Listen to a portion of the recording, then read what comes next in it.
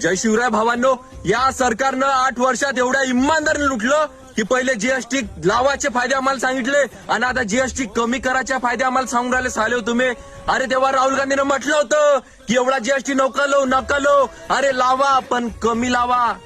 पण त्या सरकारले तुम्ही बेकार म्हटलं आणि तुम्ही कोणत्या धुतल्या तांदळाचे आहे. तुम्हाला आणून कोणते शेतकऱ्यांची परिस्थिती सुधारली. या अंधे को चष्मा पहना जा रहा है और गरीबों को लुटा जा रहा है.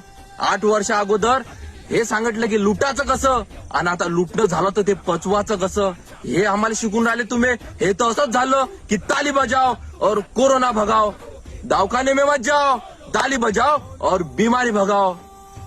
टॅक्स कमी केल्यानं सरकारचं नुकसान होतं आणि जनतेचा फायदा होतो. पण शेतकऱ्यांचा कोणता फायदा होतो. शेतकऱ्यांचा फायदा करण्यासाठी शेतकऱ्यांच्या मालाच्या किमता वाढवा तरच भलं होईल. या सरकारनं जीएसटी हटवाव आणि इकडे शेतकऱ्यांच्या मालाच्या किमता वाढवाव तरच शेतकऱ्यांपाशी पैसा नांदन.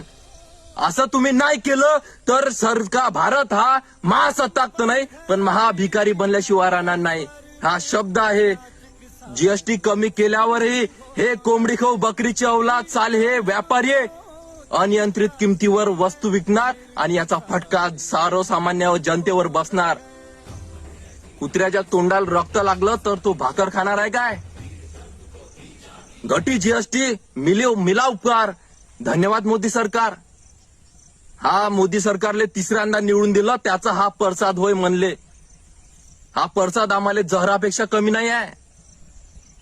लक्षात ठेवा, तुम्ही हे उडवा उडवीचे उपाधी कामच करू शकता. शेतकऱ्यांसाठी तुम्ही काहीच करू शकत नाही. लाजा वाटू द्या थोड्या.